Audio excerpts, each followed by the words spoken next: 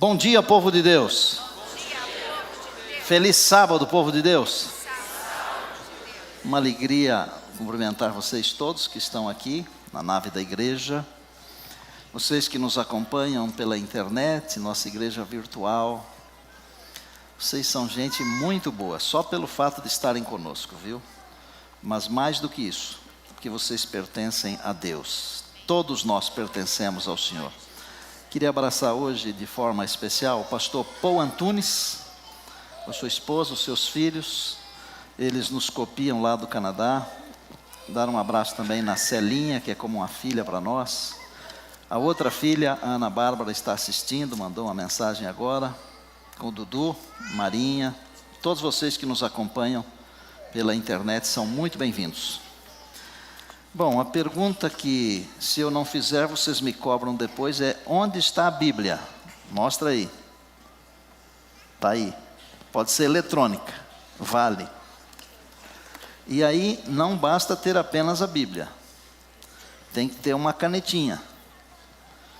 Pode ser uma como essa aqui, ó. Essa aqui é muito especial, que eu ganhei de um amigo meu que está sentado ali, obrigado.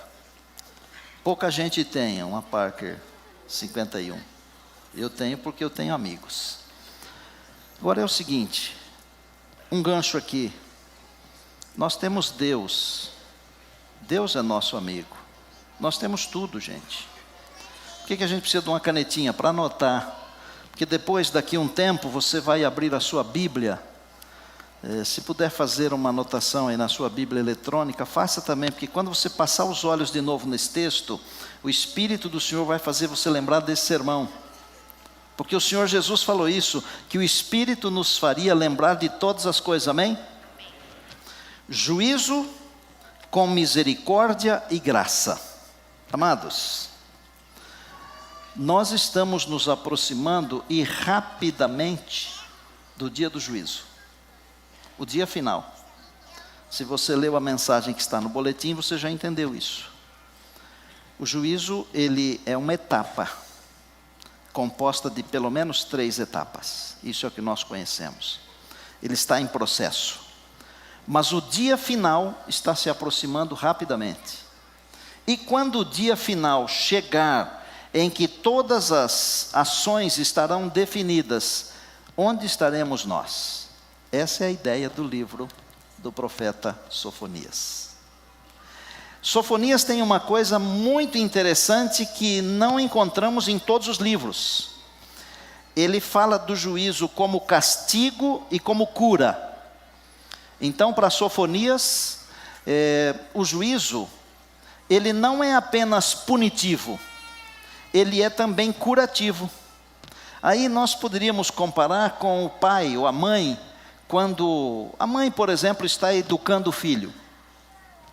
A mãe diz: olha, você não faz isso aqui que não é bom. Aí ele faz uma vez: não faça isso que não é bom. Ele faz outra vez. Aí a mãe diz assim: se você fizer de novo, a mamãe vai ter que corrigir você. Era assim? Era, né? Era assim. Na minha casa, sabe como é que era a correção, doutor Wilson? Era uma varinha de marmelo. Os meus pais seguiram a Bíblia. E não seguiram o politicamente correto de hoje, que diz que não é para bater, que não é para educar. Que hoje nós estamos criando aí gente sem educação completamente, né? A Bíblia diz que é para não retirar a vara. Tinha uma varinha de marmelo, porque ela enverga, ela não quebra, mas ela queima, ela arde como fogo. E eu não era muito fácil também. Não precisa rir, porque você também não era muito fácil. Se eu for descobrir a sua vida, você vai ver que eu também vou rir de você. Só vou contar uma para vocês. Uma vez nós soltamos busca-pé, que é uma coisa que nem sei se tem hoje, é um foguetinho. A gente quebrava o rabicho do busca-pé e nós soltávamos dentro de uma igreja. Na hora que os irmãos estavam orando, parece que o espírito tinha baixado lá, né, naquela hora, porque todo mundo ficava doido. Aí chegava em casa, a mãe que já tinha dito que não era para fazer aquilo, pegava a varinha de marmelo e educava. Eu fui bem educado. Para ser bem educado, você precisa dar um pouco de trabalho para saber o que é educação. O juízo de Deus é assim. Deus fala: não faça isso. Se fizer isso, vai acontecer aquilo. Agora eu vou fazer aquilo porque eu quero salvar você. Eu tenho convicção plena de que minha mãe, quando me educava, ela fazia isso porque me amava intensamente. Ela educou 9, bem educados, estão todos na igreja. Nós não tivemos nenhum problema desses graves que acontecem por aí, graças à educação. Deus, quando nos chama para o juízo, não é apenas para punir. Deus quer nos curar. E o livro de Sofonias, ele tem essa capacidade. Eu vou dar algumas informações para vocês. Primeiro, Sofonias viveu mais ou menos ali por 640 a.C. Por um período de tempo ele foi contemporâneo de Jeremias. Ele nasceu no reinado de Manassés, que segundo a Bíblia foi o pior rei de Judá. Manassés era tão ruim, era tão mau, que ele mandou sacrificar um dos seus filhos para um deus pagão. Mandou queimar o filho. Pior do que isso, algumas crianças eram mortas quando nasciam, por ordem do rei Manassés. Por isso Sofonias se chama Escondido em Jeová. A ideia do nome Sofonias é escondido em Jeová, porque provavelmente ele foi escondido do rei, para não ser morto junto com tantas outras crianças que foram mortas. Já leu em Hebreus 11:37 que a Bíblia diz que algum profeta foi cerrado ao meio? Foi esse camarada aí, que mandou cerrar o profeta Isaías. Colocou ele dentro de um tronco, passou a serra no tronco com ele dentro. Ele era um rei muito mau. E reinou mais do que 5 décadas. Imagina a degradação do povo de Judá em razão desse governo tão ruim. Porque se o governo é bom, ele abençoa o povo. Agora, nós falarmos de governo bom é meio complicado. Então vamos falar de governo ruim, que é mais fácil, né? Então o governo, quando é ruim, o povo é penalizado, o povo sofre, o povo se degrada. E naquele tempo aconteceram todas as coisas que vocês podem imaginar, no aspecto social, no aspecto político, no aspecto moral e no aspecto religioso. Foi dentro desse contexto que, capítulo 1, verso 1, veio a palavra do Senhor a Sofonias.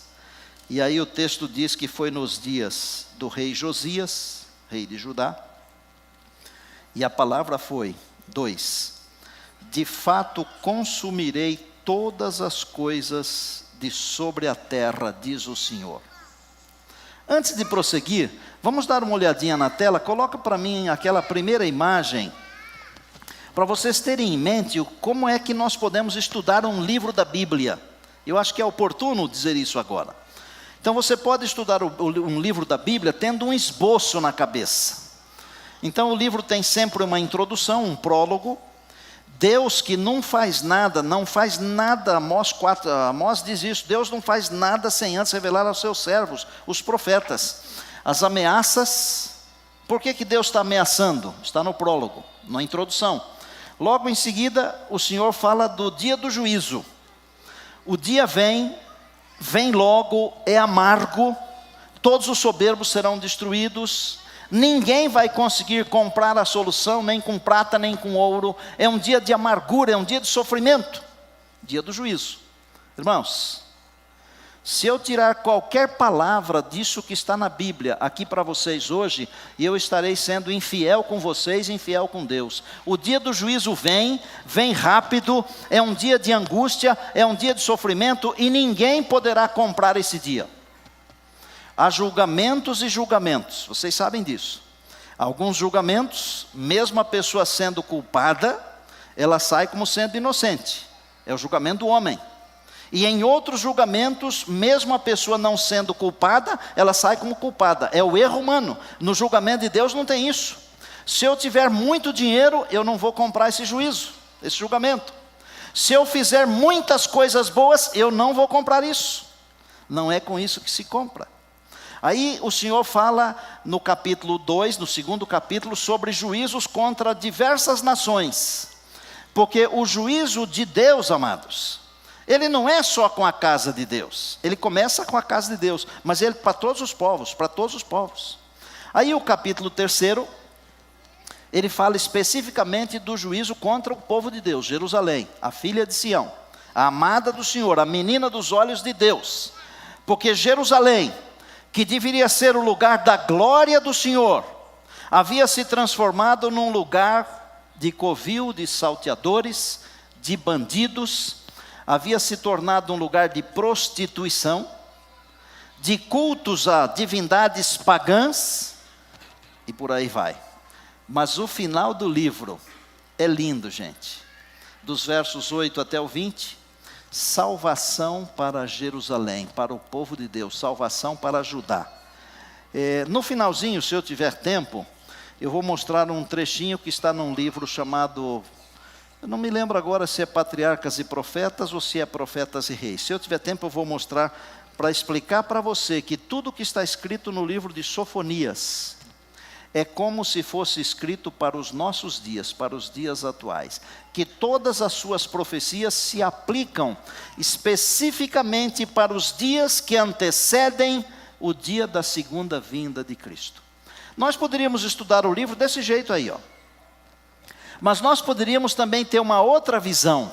Vou dar só mais uma, porque você pode estudá-lo com diversas visões, com diversos enfoques. Nós poderíamos dar uma olhada no livro do seguinte ponto de vista: da visão, do olhar. Primeiro, olhar para dentro. Pode ver que está falando de coisas nossas. Olhar para dentro de você, olhar para dentro da sua igreja. Então olhe para dentro de você. Se hoje o Senhor passasse o prumo do juízo em você, você seria aprovado? Você seria aprovada? Mas não precisa responder, só para pensar. Eu seria aprovado? Se o prumo do juízo fosse passado aqui na nossa igreja, nós seríamos aprovados? Gente, eu vou dar uma informação aqui que vocês vão ficar meio tristes. Vocês não deixem nada por aí, tipo celular, tablet, porque nesses últimos dias já desapareceram 3 tablets aqui dentro da igreja. Um celular desapareceu agora há pouco, aqui dentro da igreja. Se o Senhor passasse o prumo aqui, nós seríamos reprovados. Porque se eu esquecer o meu tablet ali em cima do banco, ó, se eu esquecer aí, eu posso vir aqui amanhã, segunda-feira, e encontrá-lo ali. Porque ele não é de mais ninguém daqui. Ele é do pastor da igreja. Mas se ele ficar aqui, ele pode ser do pastor, é bem assim mesmo. A pessoa vai rir, falar, opa, deixou para mim, o que está na casa de Deus, a casa de Deus é nossa, Deus é o nosso Pai, é meu. Se Deus passasse o prumo na igreja, ela seria reprovada agora. Agora. Nós não devemos olhar só para dentro de nós, para a nossa igreja, nós temos que olhar ao redor, a nossa comunidade, a nossa cidade. Se Deus passasse o prumo na nossa cidade hoje, ela seria reprovada. Uma cidade do tamanho dessa aqui, com todo o dinheiro que se arrecada nessa cidade aqui, todo mundo deveria ter onde morar. Eu nem vou falar que deveria ter água, né? Porque senão já dá uma confusão aqui. A cidade seria reprovada. Olhando além do horizonte, é uma outra maneira. Então, 3 pontos de vista do livro. Olha para dentro, olha ao redor e olha longe. Se nós olharmos além do horizonte, as nações deste mundo, se Deus passar o prumo, todas serão reprovadas. Pergunto, estou certo ou estou errado? Está correto? É a palavra de Deus que está dizendo isso. Vamos rapidinho dar uma olhada aqui no livro. Depois dessa tela aí, eu queria falar o seguinte: provavelmente, ou certamente, Sofonias pertencesse à linhagem real. Isso aqui é bom você ter na cabeça, porque isso aqui é só estudo, não tem nada a ver com salvação. Por que certamente ele era de linhagem real? Você pode estudar qualquer profeta, qualquer pessoa da Bíblia. Quando a pessoa não é de linhagem real, ela dá o nome do pai ou da mãe só. Sofonias deu o nome, tem o nome da mãe dele, tem o nome do pai dele. Aliás, tem o nome do pai dele, tem o nome do avô dele, do bisavô, do tataravô. Quando numa genealogia ou numa apresentação biográfica aparecem várias gerações, indica que a pessoa é de linhagem nobre, real. Ele era de linhagem nobre. Conhecia todos os problemas da corte. Por isso que ele falava com propriedade. E ele não falou apenas contra o seu próprio povo, ele falou também contra as nações vizinhas. Mas antes de falar das nações vizinhas, ele falou o que está no verso 7, por ordem de Deus: cala-te diante do Senhor Deus, porque o dia do Senhor está perto. O dia do Senhor está perto. Eu posso afirmar a vocês, amados, que o dia do Senhor está perto. Pastor, mas e se Jesus demorar 50 anos? Mesmo que Jesus demore 50 anos, o dia do Senhor está perto. Não sei quantos de vocês assistiram à entrevista desse candidato a presidente da República que morreu num acidente aéreo lá em Santos. Alguns de vocês assistiram. Quando cheguei em casa, a minha esposa falou assim: você viu quem morreu? Não vi, estava na rua. Não. Ela disse: aquele candidato a presidente que foi entrevistado ontem à noite no jornal. Eu falei: mas não é possível. A gente fala não é possível, mas é possível, né? Pensa aqui comigo. Se ele soubesse que morreria na manhã seguinte, porque ele deve ter falado em torno das 9 da noite, mais ou menos, né? 8h30, 9 horas, por aí. Ele morreu às 9h50 da manhã. Pouquinho mais do que 12 horas depois. Se ele soubesse que morreria 12 horas depois, como seria? Ele não sabia que para ele o tempo de decidir acabaria em 12 horas. Pode ser que Jesus demore 50 anos, mas o tempo de decisão não é até o dia, é até o meu dia. Se o meu dia for até aquele dia, poderá ser até aquele dia, ou alguns dias antes daquele dia, que será o dia do fechamento da porta da graça. Por isso nós cantamos: a porta ao céu ainda está aberta, mas logo mais irá se fechar. A porta está aberta, é juízo, gente. Nós temos que estar em paz com Deus e com os homens hoje. Não dá para esperar para estar em paz amanhã. Corra atrás, resolva agora. Hoje, se ouvirdes a sua voz, não endureçais o vosso coração. Está em Hebreus, no capítulo 3 e repetido no capítulo 4. O dia do Senhor está perto. Ele ainda diz assim: é dia de amargura. 14. Está perto o grande dia do Senhor, e se apressa. Atenção, atenção. Você acha que ele falou assim, atenção? Oh, gente, atenção, não. Ele gritou, atenção! Ele gritou. E o que ele gritou?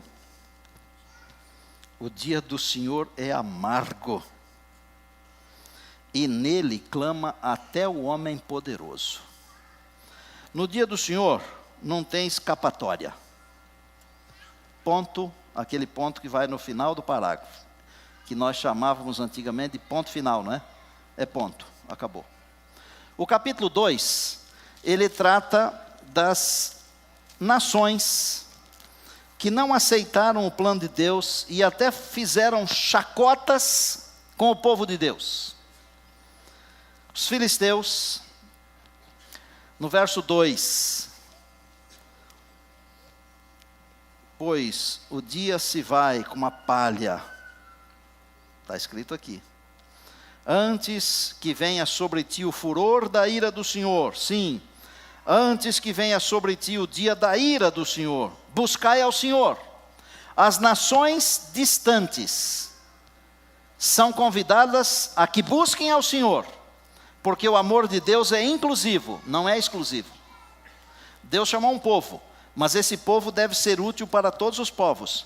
E eu estou dizendo que Deus me chamou e que eu devo ser útil para todos os povos, para todas as pessoas, em todos os lugares. Você foi chamado por Deus para ser útil. Depois, mais para frente, ameaças contra Moabe e Amon. Capítulo 2, verso 8. Eu ouvi o escárnio de Moabe e as injuriosas palavras dos filhos de Amon. Verso 9. Moabe será como Sodoma. Os filhos de Amon como Gomorra. Campos de urtigas, poços de sal. No verso 10 está escrito a razão: por causa da soberba. O Senhor será terrível contra eles. Mais para frente, ameaças contra a Etiópia e a Síria. Também vós, ó etíopes, sereis mortos pela espada do Senhor. Sobre a Síria, a cidade de Nínive, alegre e confiante, dizia consigo mesma: eu sou a única, e não há outra além de mim. Como se tornou em desolação, pousada de animais. Qualquer que passar por ela assoviará com desprezo e agitará as mãos. Destruição para todas as nações que não aceitam o plano de Deus. É o juízo do Senhor, amados. Último capítulo. O assunto tem a ver conosco, com a casa de Deus, com o povo de Deus. O assunto aqui é contra Jerusalém. Como era Jerusalém nos dias do profeta Sofonias? Jerusalém que deveria ser a glória do Senhor, não era. Olha o que o profeta fala da cidade. Menina dos olhos de Deus, a cidade de Jerusalém. Porque a cidade de Jerusalém, ela está em contraposição à cidade de Sodoma. A cidade de Babilônia. Babilônia é a confusão, é a perdição. Jerusalém é a salvação, é a luz, é a glória de Deus. Sião, do Senhor. Ai da cidade opressora, cidade que oprime os seus habitantes, Jerusalém. Rebelde, manchada, não atende a ninguém, não aceita disciplina, não confia no Senhor, nem se aproxima dele. Olha o verso 2. Verso 3, digo: seus príncipes são como leões, que estão interessados apenas em se alimentar. Seus juízes são como lobos da noite. 4, seus profetas levianos, homens pérfidos, do mal. Se é do mal, é do capeta, não é de Deus. Seus sacerdotes profanam o santuário e violam a lei. Você gostaria de ser conduzido por pastores assim? Eu não. Por líderes assim? Eu não. Mas era assim. Eu vou explicar algumas coisas para vocês, rapidamente. Rios de dinheiro, rios, montões, eram ajuntados com a opressão do povo. Os julgamentos eram comprados e vendidos. Parece num lugar desse planeta aqui, né? Os sacerdotes eram idólatras. Você acredite se quiser no que eu vou falar. Mas se não quiser acreditar no que eu vou falar, acredite na Bíblia, porque está no capítulo 1 e no verso 5. Aqui fala no verso 4, no verso 5, fala de duas coisas: dos ministradores dos sacrifícios, e fala dos adoradores de Milcom, ou Melcom. Quem eram os ministradores dos sacrifícios? Gente, sabem o que os religiosos fizeram com Jerusalém? Eu vou tentar explicar olhando aqui para a nossa igreja.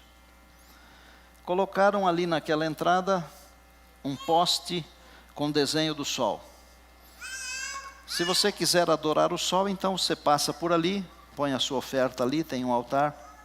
Do outro lado colocaram um desenho da lua, ou das estrelas. Aqui, em cima, um altar para Baal. Do lado de lá, um altar para Milcom, que é o mesmo deus Moloque que aceitava o sacrifício de criança. Imaginem como ficou a adoração naquele período. Vou um pouquinho mais longe para você entender. Se você vinha adorar e era homem, Então tinha umas sacerdotisas para lhe atender. Ok? E se você vinha adorar e era mulher, então tinha uns sacerdotes para lhe atender. Esse atender é atender em todas as coisas. Preciso ser mais claro ou não? Promiscuidade dentro do templo. Prostituição, adultério, sacrifício de criança. Dentro do templo. Aí Deus falou assim, eu vou destruir. Se fosse você o juiz, e tivesse escolhido uma cidade para ser o lugar onde você gostaria de adorar, e você tivesse o poder de eliminar as pessoas, você eliminaria todo mundo. Não eliminaria não. Sabe por quê? Porque as pessoas, em razão de tanto pecado, elas se tornaram céticas. Elas não entendiam mais nada, estavam confusas. Porque assim, os líderes religiosos, quando não são orientados por Deus, eles têm uma capacidade de conduzir a mente do povo. E o povo pensa que está fazendo a vontade de Deus, quando na verdade está fazendo a vontade dos homens. Amados, eu me comprometi com Deus, quando me formei aqui, a ser um pregador da palavra. E eu, quando falo para vocês aqui, eu falo é a palavra. A minha Bíblia está aqui comigo sempre, é só aqui, ó. Só aqui. Esses dias eu fui contratado para ser o pregador do encontro dos professores da União Central Brasileira, da nossa igreja. Umas centenas de professores. O dirigente que me contratou, ele falou assim, queria que você fizesse a gentileza de elaborar aquela frase que você falou quando assumiu a igreja do NASP há 3 anos. Falei, bom, eu falei uma porção de frases, qual delas o senhor quer?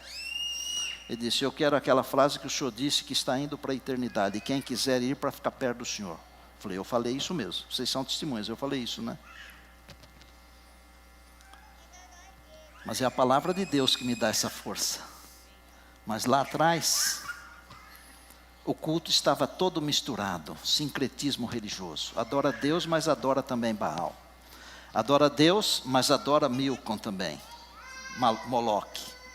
Adora Deus, mas adora o céu, sol, lua, estrelas, essas coisas todas. Adora Deus, mas adora um não sei quem aí. Irmãos, nós estamos adorando só Deus? Se o Senhor nosso Deus passasse o prumo hoje, seríamos aprovados ou reprovados? É juízo, não é brincadeira. É juízo. Deus espera que eu fale isso, e Deus espera que você escute isso, e que eu também escute isso. Porque Deus quer me curar. Porque o juízo de Deus não é só punitivo, ele é também curativo. Porque a graça de Deus e a misericórdia de Deus, essas bênçãos, elas continuam disponíveis a despeito do juízo. Vamos para o final. Dos versos 8 em diante, do 3º capítulo, do capítulo 3. Esperai-me, pois, a mim, diz o Senhor. Olha que coisa linda, da metade do verso, na metade do verso. Porque a minha resolução. Bom, Deus deveria destruir tudo, não é isso? Está tudo certo até aqui? Deveria destruir sim ou não? Mas olha a resolução de Deus. Porque a minha resolução, na metade do verso 8, é ajuntar as nações e congregar os reinos, para sobre eles fazer cair a minha maldição e todo o furor da minha ira, pois toda esta terra será devorada pelo fogo do meu zelo. Essa é a ideia. Naquele dia, a proposta do Senhor: não te envergonharás, verso 11, de nenhuma das tuas obras. 12, deixarei no meio de ti um povo modesto e humilde, que confia em o nome do Senhor. Os restantes de Israel não cometerão iniquidade, amém? Não proferirão mentira. Nós estamos nessa aí? Não me responda. Na sua boca não se achará língua enganosa, porque serão apacentados, deitar-se-ão e não haverá quem os espante. Canta, ó filha de Sião, rejubila, ó Israel, regozija-te, e de todo o coração exulta, ó filha de Jerusalém. O Senhor afastou as sentenças que eram contra ti, e lançou fora os inimigos. Diga amém. Irmãos, graças ao Senhor que Ele lançou fora as sentenças que eram contra nós. Mesmo que nós não passemos no prumo de Deus, Deus já lançou fora a sentença que é contra nós, amém? Sabe o que significa isso? É misericórdia. Com a sua mão de misericórdia, Deus tira o que nós merecemos, que é a destruição, a morte. E com a sua mão de graça, Deus dá o que nós não merecemos, que é a vida. Diga glória a Deus. Diga louvado seja o Senhor. Depois do 15. O Senhor afastou as sentenças que eram contra ti, lançou fora o teu inimigo. O Rei de Israel, o Senhor está no meio de ti, tu não verás mal algum. Eu vou repetir, Deus está no meio de nós, o Senhor está no meio de nós. Para frente. Naquele dia se dirá a Jerusalém, não temas, ó Sião, não se afrouxem os teus braços. O Senhor teu Deus está no meio de ti, poderoso para salvar-te. E agora eu vou ler uma coisa aqui que parece brincadeira. Ele, o Senhor, se deleitará em ti, com alegria, renovar-se-á no seu amor, regozijar-se-á em ti com júbilo. Normalmente nós nos regozijamos no nosso Deus, não é isso que a Bíblia diz? O salmista não chama assim? Aqui não. Aqui o profeta está dizendo que Deus é que vai se alegrar em nós. Deus é que se regozijará em nós. Olha que coisa impressionante. Deus é que ficará feliz conosco. E o profeta não está falando uma coisa absurda, sabe por quê? Isaías já tinha falado isso antes, no capítulo 53, ele diz assim, e ele verá o penoso fruto do trabalho de sua alma e ficará feliz, ficará satisfeito. Amados, esta é a mensagem. Poderia pôr a última tela para mim, aquela que é o texto? Essa é a mensagem que Deus tem para você e para mim hoje. O juízo vem vindo, é dia amargo, mas a misericórdia e a graça ainda estão disponíveis, ainda estão. Até quando? Só Deus sabe, ninguém sabe. Ainda estão disponíveis. Se você se apegar ao Senhor, se você confiar no Senhor, vai acontecer com você o que o profeta predisse aqui. Ele profetizou. Deus vai ajuntar um povo, um remanescente. Deus vai se alegrar nesse remanescente, vai estar no meio dele. E quando eu falo o meu bom dia, povo de Deus, estou falando isso. O profeta diz assim, Deus estará com o seu povo, Deus habitará com eles, eles serão povos de Deus, e Deus mesmo estará com eles. E agora vem o nosso amigo Sofonias, ele fala assim, e Deus se alegrará com o seu povo, amém? Irmãos, vou fazer uma pequenina ilustração aqui.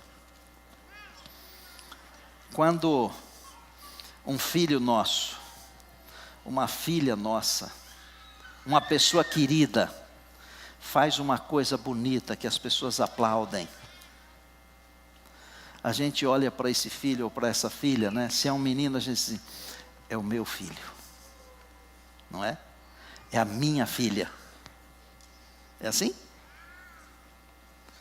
Esses dias atrás eu estava pregando numa campal na Bahia, e tem o Arte Trio, que é famoso, já tem aí quase uns 20 anos de estrada, né? E agora eles têm um casalzinho de filhos, e num momento assim, do programa, os dois meninos foram cantar. Eles arrebentaram, para falar a verdade. Eles cantaram lindo. E eu fiquei olhando para o pai, o Bal. Uma hora dessas ele vai ver esse vídeo aqui. E ele fica olhando assim, né? E eu fiquei pensando aqui comigo, quando um filho faz uma coisa bonita, como a gente se sente feliz, né? Deus, o que é que eu fiz de bonito para Deus se regozijar em mim? Eu apenas me voltei para Ele só, nada mais. Eu não apresentei uma peça musical com galhardia, com propriedade, não. Eu não preguei um sermão bonito, não. Eu não fiz 1 milhão de boas obras, não. Eu apenas e tão somente aceitei o seu plano de salvação e Ele vai se regozijar em mim só por isso. E aquela frase que Ele pronunciou quando Jesus foi batizado, aquela frase que Ele pronunciou quando Jesus foi transfigurado, Ele vai pronunciar para você e para mim: este é um filho amado em quem eu tenho prazer, aleluia. Glória a Deus. Olha o texto lá, olha o texto, Profetas e Reis mesmo, de uma escritora chamada Ellen Goldwhite, que eu julgo ser inspirada por Deus, como foi Sofonias. As profecias de Sofonias sobre Judá se aplicam com igual força aos juízos que devem cair sobre um mundo impenitente, por ocasião da segunda vinda de Cristo. Para quando é essa mensagem? Hoje. Para hoje, para agora, para o dia de hoje, amados. Para hoje. 2 perguntas para encerrar. Se o Senhor nosso Deus passasse o prumo agora do juízo sobre a nossa igreja aqui, sobre você que nossa igreja virtual, você que nos acompanha pela internet, a nossa comunidade seria aprovada? Não responda. Pessoal agora, olhar para dentro. Se o Senhor nosso Deus passasse agora o prumo sobre a minha vida, o prumo do juízo, eu seria aprovado ou rejeitado? Você seria aprovado ou rejeitado? Aprovada ou rejeitada? Bom, se aprovada ou rejeitada agora, não faz diferença. Porque no fundo, o que nós merecemos é que todos sejamos rejeitados. Nós não temos aqui as prostitutas culturais daquele tempo, nem os prostitutos. Nós não temos aqui um poste para adorar Baal, nem para adorar o sol, nem a lua, nem as estrelas, nem Moloque, nem nenhum dos deuses dos amorreus, dos moabitas, dos amonitas, não temos.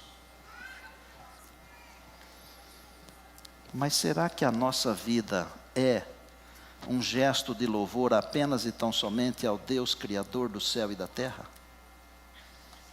Pensa. A sua vida é um preito de louvor apenas e tão somente ao Deus Criador do céu e da terra?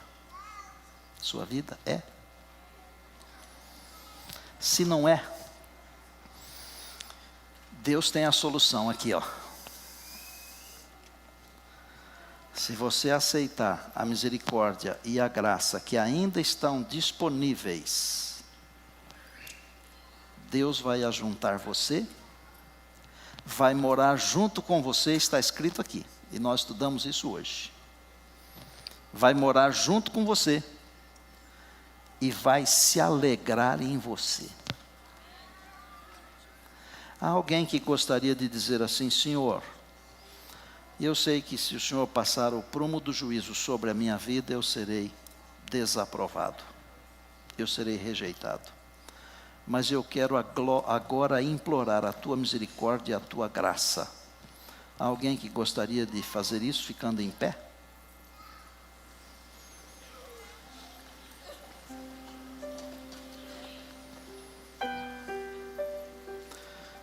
E eu também não vou me assentar, porque eu também não me julgo apto para permanecer diante do juiz de toda a terra. Mas eu quero dizer para o meu Deus, eu quero confiar na tua misericórdia e na tua graça.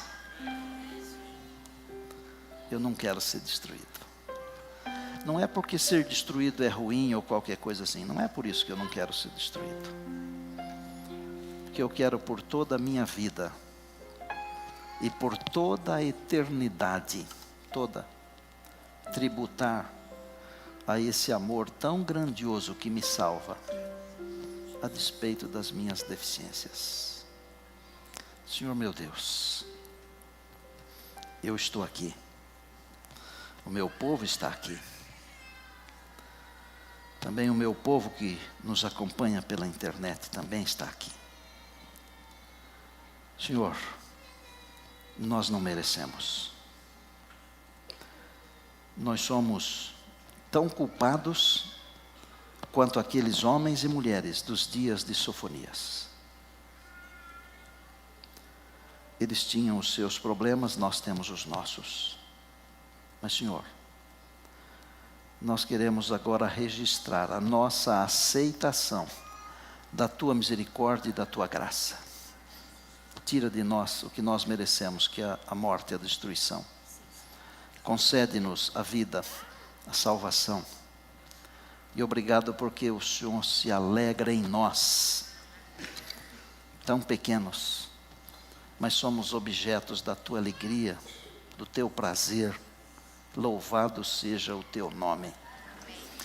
Quero que o Senhor derrame bênção sem medida sobre nós aqui, sobre as pessoas que nos acompanham da nossa igreja virtual.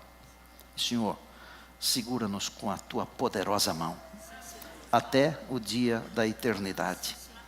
Oramos em Cristo agradecidos. Amém. Amém. Sábado próximo, perdidos dentro da igreja. Não perca.